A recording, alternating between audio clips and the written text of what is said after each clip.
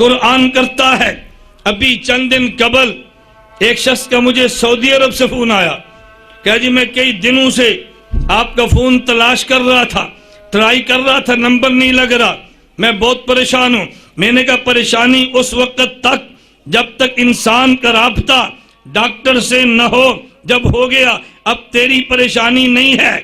میں نے کہا ٹینشن بتا، کہتے جی بڑی پریشانی ہے۔ میں نے کہا بتاؤ، کہتے حاجی امداد اللہ مہاجر مکی کون ہے؟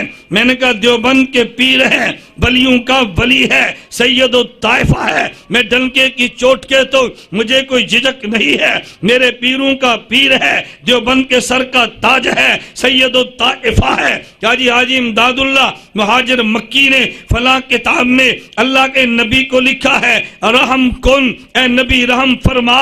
میں نے کہا پھر کیا ہوا؟ کہ یہ تو شرک ہے۔ میں نے کہا شرک کیوں ہے؟ کہتے حضور سے کہتے ہیں رحم کر۔ میں نے کہا انہوں نے لکھا قرآن کریم کو پڑھ، قرآن کریم میں ہے لقد جاءکم رسول من انفسکم عزیز علیہ ما عنتم حریص علیکم بالمؤمنین رؤوف الرحیم۔ قرآن نے رحیم کہا ہے، رحم کرنا نہیں ہے تو رحیم کیسے؟ رحیم ہے تو رحم کریں گے بھی۔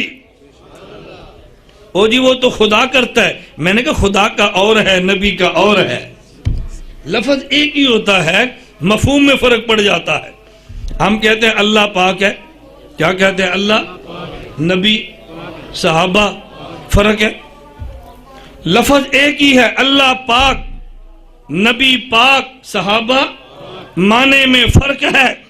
جب ہم کہیں اللہ پاک ہے، اس کا معنی مخلوق کی صفت کھانا، خدا پاک، مخلوق کی صفت پینا، خدا پاک، مخلوق کی صفت اولاد جنہ، خدا پاک۔ جب ہم نے کہا نبی پاک ہے، اس کا معنی یہ نہیں ہے نبی کھاتے نہیں، کھاتے ہیں، حرام کھانے سے پاک۔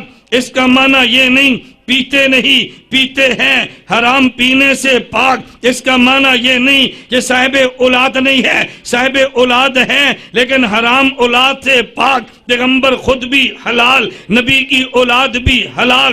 نبی کا معنی یہ تھا۔ اور جب ہم نے کہا صحابی پاک، صحابی کے پاک ہونے کا معنی یہ نہیں تھا اس سے گناہ ہوا نہیں ہے، اس کا معنی یہ تھا اس سے گناہ ہوا ہے۔ نبی پاک، اس کا معنی یہ تھا اس سے خدا نے گناہ ہونے دیا نہیں ہے۔ صحابی پاک، اس کا معنی یہ ہے گناہ ہوا ہے، خدا نے اس کے نام اعمال میں رہنے دیا نہیں ہے۔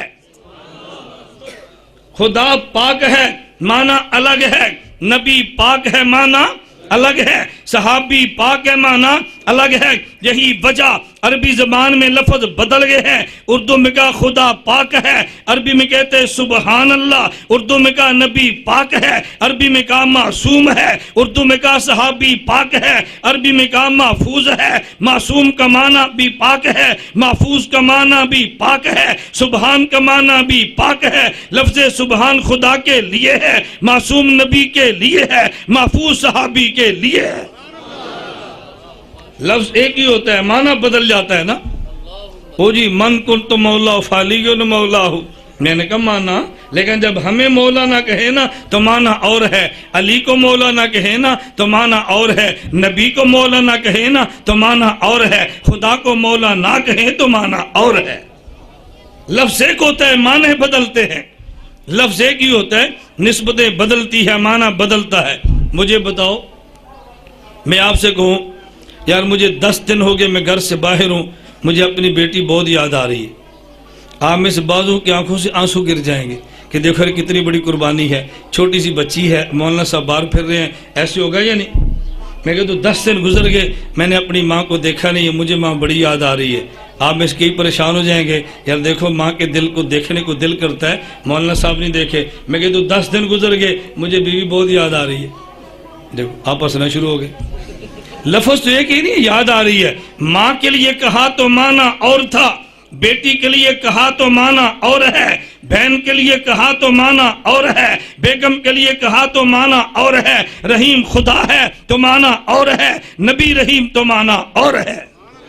یہ نہ کہ رحیم نہیں، رحیم ہے معنی اور ہے۔ توجہ سے بات سمجھیں، چلیں ذوق تازہ میں جملہ کہتا ہوں۔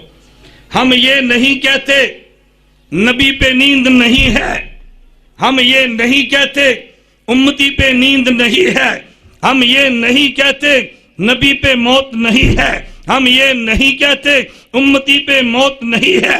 نیند نبی پر بھی ہے، نیند امتی پر بھی ہے۔ نبی کی نیند کا معنی جدا ہے، امتی کی نیند کا معنی جدا ہے۔ نبی پہ موت نیند آئے آنکھ سوتی ہے، دل جاگتا ہے۔ امتی پہ نیند آئے آنکھ بھی سوتی ہے، دل بھی سوتا ہے۔ نبی پر موت ہے، امتی پر بھی ہے، لیکن امتی پر موت آئے ظاہر پر بھی ہے، باطن پر بھی ہے۔ نبی پر موت آئے تو ظاہر میں موت ہے، قلب اطر میں حیات ہے۔ نیند دونوں کی معنی جدا ہے، موت دونوں کی معنی جدا ہے۔ یہی وجہ ہے نا، توجہ رکھنا، یہی وجہ ہے چونکہ نبی کی نیند جدا